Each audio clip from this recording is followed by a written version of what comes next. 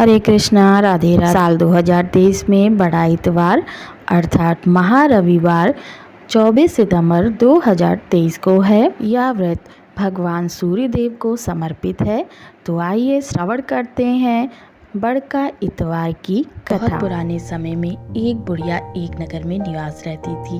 उसका नित्य नियम था कि हर रविवार के दिन सुबह जल्दी उठकर और स्नान आदि से निवृत्त होकर वह घर के आंगन को गोबर से लीपती थी।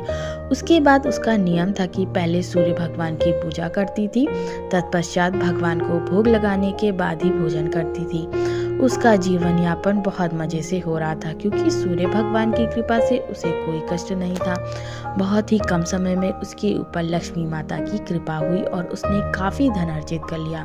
उसकी प्रगति देखकर उसकी पड़ोसन जल भुनकर राख हो गई। बुढ़िया के पास खुद की कोई गाय नहीं थी, इसलिए हर रविवार को अपने आंगन को लीपने के लिए वह अपने पड़ोसन के घर में आंगन में बंधी गाय का गोबर लाती थी। पड़ोसन ने उसे परेशान करने के लिए अपनी गाय को घर के अंदर बांध दिया, इसलिए बुढ़िया उस रविवार को अपने घर का आंगन लीप ना सकी। आंगन ना लीप पाने के कारण उस बुढ़िया ने सूर्य भगवान को भोग भी नहीं लगाया और उस दिन स्वयं भी भोजन नहीं किया। सूर्यास्त होने पर बुढ़िया भूखी प्यासी सो गई। रात्रि में सूर्य भगवान ने उसे स्वप्न दिए और व्रत ना करने तथा उन्हें भोग ना लगाने का कारण पूछा। बुढ़िया ने बहुत ही करुण स्वर में पड़ोसन के द्वारा घर के अंदर गाय बांधने और गोबर ना मिल पाने की बात बोली। सूर्य भगवान ने अपनी अनन्य भक्ति बुढ़िया की परेशानी का कारण जानकर उसके सब दुख दूर करते हुए कहा, हे माता, तुम प्रत्येक रविवार को मेरी पूजा और व्रत करती हो। मैं तुमसे अति प्रसन्न हूँ और तुम्हें ऐसी गाय प्रदान करता हूँ जो तुम्हारे घर आंगन को धन्य धान से भर देगी। तुम्हारी सभी मनोकामनाएं पूरी होंगी। रविवार का व्रत करने वालों की मैं सभी इच्छाएं पूरी करता हूँ। मेरा व्रत करने व कथा सुनने से बांझ स्त्रियों को पुत्र की प्राप्ति होती है, निर्धनों के घर में धन की वर्षा होती है, शारीरिक कष्ट दूर होते हैं। मेरा व्रत करते हुए प्राणी मोक्ष को प्राप्त करता है। स्वप्न में उस बुढ़िया को ऐसा वरदान देकर सूर्य भगवान अंतर्ध्यान हो गए। जब अगले दिन बुढ़िया सुबह उठी तो वह अपने घर में एक सुंदर सी गाय और बछड़े को देखकर आश्चर्यचकित रह गई। उसने जल्दी से गाय को अपने आंगन में बांधा और उसको चारा खिलाने लगी। जब पड़ोसन ने ये सब देखा तो उसकी जलन का तो कोई ठिकाना ही न रहा। तभी उसने देखा कि गाय ने सोने का गोबर किया। यह देखकर पड़ोसन की आंखें फटी की फटी रह गई। उसने अवसर देखकर सारा सोना उठाया और अपने घर के अंदर ले गई। बदले में उसने अपनी गाय का सामान्य गोबर रख दिया। यह क्रम रोज चलने लगा और पड़ोसन बहुत ही जल्दी काफी धनवान बन गई। बेचारी भूली बुढ़िया को कुछ पता ही न था और वह पहले की तरह हर रविवार को सूर्य देव की पूजा करती रही और कथा सुनती रही। सूर्य भगवान को जब पड़ोसन की चालाकी का पता चला तो उन्होंने एक दिन तेज आंधी चलाई। आंधी का प्रकोप देखकर बुढ़िया ने अपनी गाय को घर के भीतर बांध दिया। अब पड़ोसन सोने का गोबर न ले जा सकी।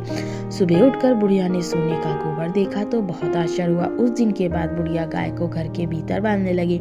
सोने के गोबर से कुछ ही दिनों में वह बुढ़िया बहुत धनी हो गई। बुढ़िया के धनी होने से पड़ोसन और बुरी तरह जल भुनकर राख हो गई। अब की बार उसने अपने पति को नगर के राजा के पास भेजा और बुढ़िया के पास सोने के गोबर देने वाली गाय के बारे में बताया। राजा ने अपने सैनिक भेजकर बुढ़िया की गाय लाने का आदेश दे दिया।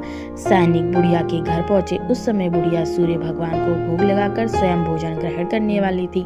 राजा के सैनिक जबरदस्ती गाय और बछड़े को महल की ओर ले चले। बुढ़िया ने प्रार्थना की, बहुत रोई चिल्लाई, लेकिन राजा के सैनिक नहीं माने।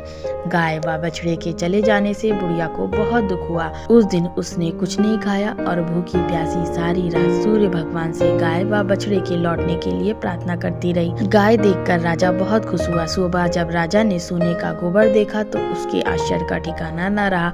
उधर सूर्य भगवान को भूखी प्यासी बुढ़िया को इस तरह प्रार्थना करते देख उस पर बहुत दया आई। उसी रात सूर्य भगवान ने राजा को सपने में कहा, राजन, बुढ़िया की गाय व बछड़ा तुरंत लौटा दो, नहीं तो तुम पर विपत्तियों का पहाड़ टूट पड़ेगा, तुम्हारे राज्य में भूकंप आएगा, तुम्हारा महल नष्ट हो जाएगा। सूर्य भगवान के स्वप्न से बुरी तरह भयभीत राजा ने प्रातः उठते ही गाय और बछड़ा बुढ़िया को लौटा दिया। राजा ने अपनी तरफ से भी बहुत सा धन देकर बुढ़िया से अपनी गलती की क्षमा मांगी। राजा ने पड़ोसन और उसके पति को उनकी इस दुष्टता के लिए दंड भी दिया। इसके बाद राजा ने राज्य में घोषणा करवाई कि सभी स्त्री पुरुष रविवार का व्रत करें। जनता ने भी ऐसा किया। रविवार का व्रत करने से सभी लोगों के घर धन धान्य से भर गए, चारों ओर खुशहाली छा गई, सभी के शारीरिक कष्ट दूर हो गए, निसंतान स्त्रियों की गोद भर गई। राज्य में सभी स्त्री पुरुष सुखी जीवन जीने लगे।